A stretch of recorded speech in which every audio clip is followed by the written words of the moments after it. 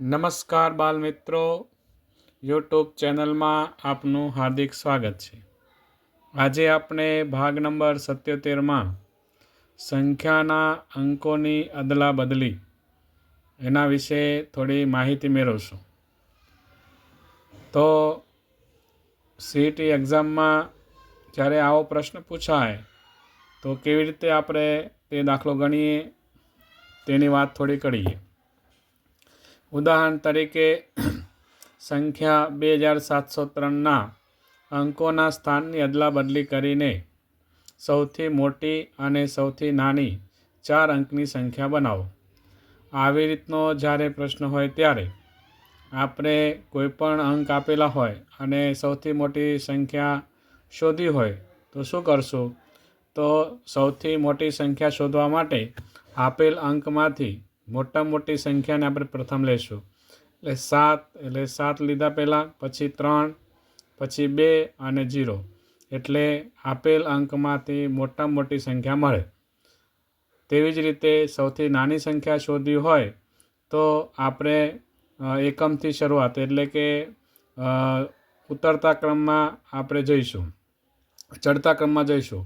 પરંતુ જ્યારે સંખ્યાની અંદર 0 આપેલો હોય ત્યારે આપણે શૂન્યનું સ્થાન એ આપણે અહીંયા લેશું, કારણ કે 0 આગળ હોય તો આપણે 4 અંકની સંખ્યા બને નહીં। તેથી આપણે સૌથી નાની સંખ્યા 2, પછી 0 લઈશું, પછી 3 અને 7, એટલે સૌથી નાની સંખ્યા બનશે 2037। તો આવી રીતના પ્રશ્નો જે છે તેનું આપણે થોડું સોલ્યુશન મેળવીએ। તો ચાલો આપણે શરૂ કરીએ। સૌપ્રથમ દાખલો નંબર 1, નીચેનામાંથી કઈ સંખ્યામાં સૌથી વધુ 10 છે? હવે આ પ્રકારનો દાખલો હોય તો આપણે કેવી રીતે એનો જવાબ મેળવશું? તો સૌપ્રથમ આપણે સીધી રીતે ગણીએ તો તેને 10 વડે ભાગાકાર કરીએ તો સૌથી વધુ 10 છે કઈ સંખ્યામાં છે તે આપણને ખ્યાલ આવશે। તો અહીંયા આપણે 8990ને 10 વડે ભાગીશું, બધાને ભાગીશું, એકમ દશક, 10ને એક શૂન્ય મૂકીશું તો અહીંયા 899, 998, 789 ને 989, તો 998 જે છે તે આપણો જવાબ આવશે। આવી રીતે પણ આપણે દાખલો ગણી શકીએ, એટલે આપણને જવાબ મળે તો આપણો જવાબ આવશે 998 સંખ્યામાં 10 સૌથી વધુ વખત છે, એટલે જવાબ બી આપણો આવશે। બીજો પ્રશ્ન છે 1 થી 1000માં 3 અંકવાળી કુલ સંખ્યાઓ કેટલી? આવી રીતનો જ્યારે પ્રશ્ન આવે ત્યારે આપણે જોઈએ તો કેવી રીતે આપણે એનું સોલ્યુશન મેળવશું? તો સૌપ્રથમ આપણે અંકોને શબ્દમાં જોઈએ તો 1000, એટલે 1000માં 4 અંકની નાનામાં નાની પ્રાકૃતિક સંખ્યા આવે।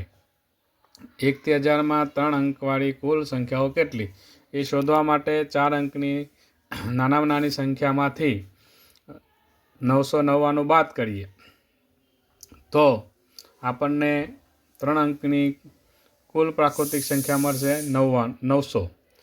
તો આ એનું સૂત્ર છે કે જ્યારે 3 અંકની સંખ્યા શોધવાની હોય તો સૌથી 4 અંકની નાનામાં નાની સંખ્યામાંથી 3 અંકની મોટામાં મોટી સંખ્યા બાદ કરો અને જે જવાબ આવે તો આપણને એ જવાબ જે છે તે આપણને મળે।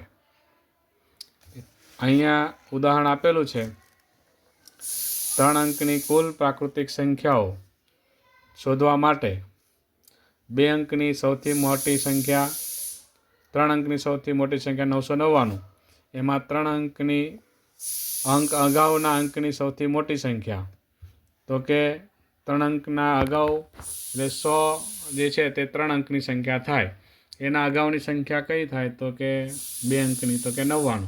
તો 999માંથી 99 બાદ કરો તો આપણને જવાબ મળશે 900, એટલે કુલ પ્રાકૃતિક સંખ્યાઓ કેટલી થશે?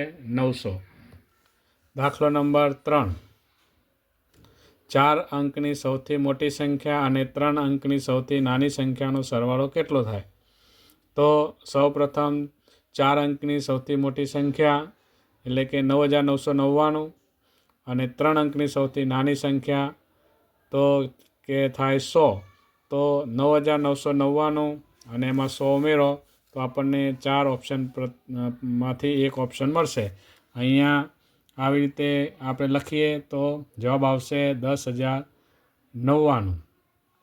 તો આમાં ઓપ્શન આપણને આપેલો છે 10,099, એટલે કે બી આપણો જવાબ આવશે.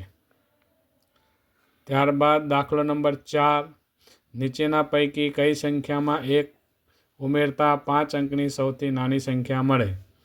તો સૌથી નાની સંખ્યા જે છે તો આમાં આપણે ઓપ્શન આપેલા છે 9,890, 9,980, 9,999 અને 8,899.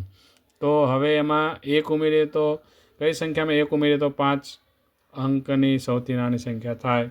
તો હવે આપણે જોઈએ તો 5 અંકની નાનામાં નાની સંખ્યા કઈ થાય? તો કે 10,000.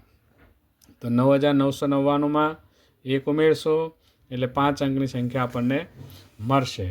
આવી રીતે આપણે એનો સરવાળો કરીશું તો 5 અંકની નાનામાં નાની સંખ્યા મળશે. એટલે ઓપ્શન જે છે અહીંયા 10,000 એટલે કે સી, 9,999માં આપણે 1 ઉમેરીશું તો 5 અંકની નાનામાં નાની સંખ્યા મળશે. એટલે સી જવાબ આપણો આવશે. દાખલો નંબર 5, હું 40 અને 50ની વચ્ચે આવું છું. મને લખવામાં 3 આવે છે. બોલો હું કોણ? તો આપણે સૌપ્રથમ 40 ને 50ની વચ્ચેની સંખ્યા જોઈએ તો તેમાં જે કહેવાય કે એની વચ્ચેની સંખ્યા લેવાની ને જેમાં એકમનો અંક જે છે તે 3 આવે. મને લખવામાં 3 આવે છે તો કોણ? તો આપણે, અને એ સંખ્યા કેવી છે? તો 40 ને 50ની વચ્ચે. તો 40 ને 50ની વચ્ચેની સંખ્યા 2 છે, એક 45 અને એક 43. હવે એમાં 3 આવે છે લખવામાં, તો આમાં 4 45માં નથી આવતા, 43માં આવે છે. તો આપણું ઓપ્શન ડી એ જવાબ આવશે કે 43. ત્યારબાદ દાખલો નંબર 6, 6,06,095ને અંકમાં કેવી રીતે લખાય?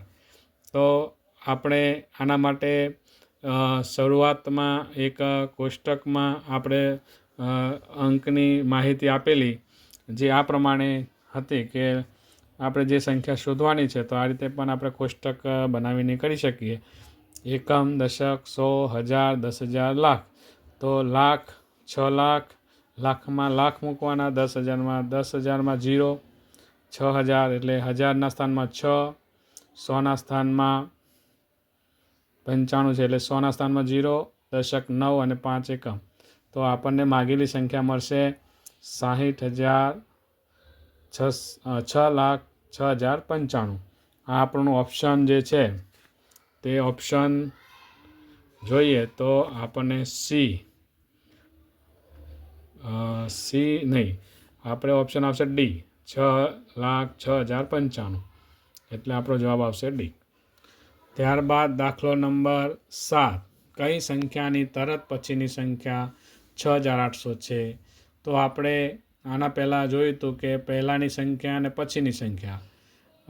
પછીની સંખ્યા શોધવા માટે આપેલી સંખ્યામાં 1 ઉમેરો એટલે પછીની સંખ્યા મળે, અને એટલે આપણો જવાબ આવશે 6,800 જે છે એમાં 1 ઉમેરશું એટલે 6,801 એટલે એ જવાબ આપણો આવશે.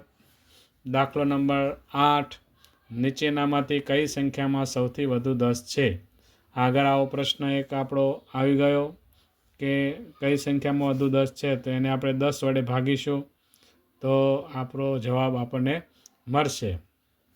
તો અહીંયા 87.9, 75.9, 99.7, 98. એટલે સૌથી મોટી સંખ્યા આવશે સી. એટલે આપણે સી આપણું ઓપ્શન આવશે. દાખલો નંબર 9, 2 અંકવાળી કુલ કેટલી સંખ્યા બને? આગળ આપણે જોયું 3 અંકની સંખ્યા, 4 અંકની સંખ્યા જોઈ હતી. હવે આપણે આમાં 2 અંકની કુલ પ્રાકૃતિક સંખ્યા શોધવી હોય તો સૌથી પહેલાં આપણે શું કરવાનું? તો કે સૌથી પહેલાં આપણે 2 અંકની સંખ્યા જોઈએ તો નાનામાં નાની 10, મોટામાં મોટી 99. એ આપણને પહેલાં ખ્યાલ આવે. ત્યાર પછી આપણે જોઈએ તો એનું સૂત્ર છે કે 2 અંકની કુલ સંખ્યા શોધવા માટે એનું સૂત્ર છે કે 2 અંકની સૌથી મોટી સંખ્યા કઈ? તો કે 99. એમાંથી 2 અંકની અગાઉ 2 અંક અગાઉના અંકની સૌથી મોટી સંખ્યા એટલે કે 2 અંકના અગાઉ એટલે 10ની અગાઉ એટલે કઈ આવે? 9. તો 99માંથી 9 બાદ કરો તો 90 જવાબ આવે. તો 2 અંકમાં સૌથી કુલ 2 અંકવાળી સંખ્યા કેટલી બને? તો કે 90 બને. ત્યારબાદ દાખલો નંબર 10, નીચેની સંખ્યાને ઉતરતા ક્રમમાં ગોઠવતા સૌથી છેલ્લે સંખ્યા કઈ મળે? તો આપણને ચડતો ક્રમ ને ઉતરતો ક્રમ નો ખ્યાલ હશે. આપણે અગાઉ આની પ્રેક્ટિસ કરી હતી આગળના ભાગમાં.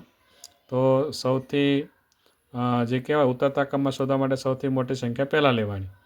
તો સૌથી પહેલાં કઈ સંખ્યા લેશું? સૌથી છેલ્લી સંખ્યા કઈ મળશે? તો અહીં આપણે જોઈએ તો એકમ, દશક, 100, 1000, 38,000 છે, 36, 25 અને 9,000. એટલે સૌથી નાની કઈ આવશે છેલ્લે? તો કે 9,000 વાળી સંખ્યા આવશે. કારણ કે આ બધી 1000ના 10,000ના સ્થાનવાળી સંખ્યાઓ છે, આ 1000ના સ્થાનવાળી સંખ્યા છે. સૌ પ્રથમ આપણે સંખ્યાને એનું સ્થાન આપણને ખ્યાલ હોય તો એ પ્રમાણે આપણે સીધો દાખલો ગણી શકીએ. તો નમસ્કાર બાળમિત્રો, આજે આપણે ભાગ નંબર 77માં સંખ્યાની અદલાબદલી અને MCQ પ્રકારના પ્રશ્નોનું સોલ્યુશન મેળવ્યું. હવે પછી આપણે ભાગ નંબર 78માં મળશું. નમસ્કાર.